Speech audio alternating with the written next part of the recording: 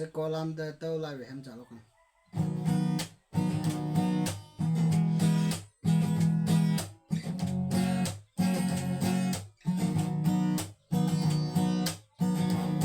chiều đi làm lăng lắm mà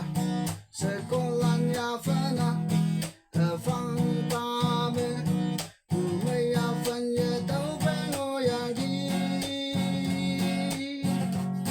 sang tuổi vui ôm sẽ có ye si mang nhà nhà phân về trên nam trăng lên tay yang đi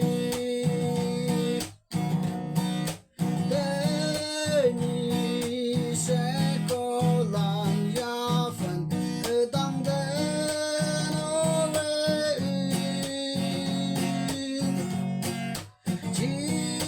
số Krista phải bùa gia phần ở lỡ tàu đề khi cô nhạc cụ ba trên đời sẽ có ngao ta ngao sẽ có lại chết người ta lòng tâm sẽ ý ngồi yang khi sẽ có lần nhau mới tăng người ta lần nhau mới ăn sẽ có lần thế sừng hay mà làm về ép ngồi yang khi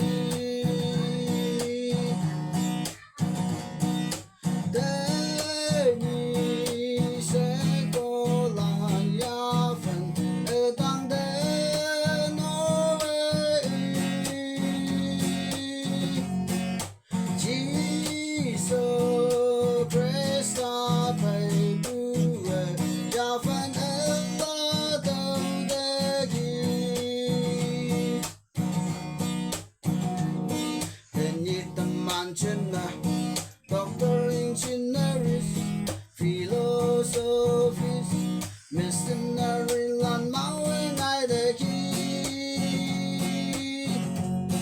cả câu như cần bê mà sẽ có như nè miệng chủ đề na u người mê lên bu sẽ có mà ngay đề khi chỉ số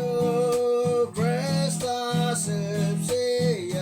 u mày áo phân bây giờ sẽ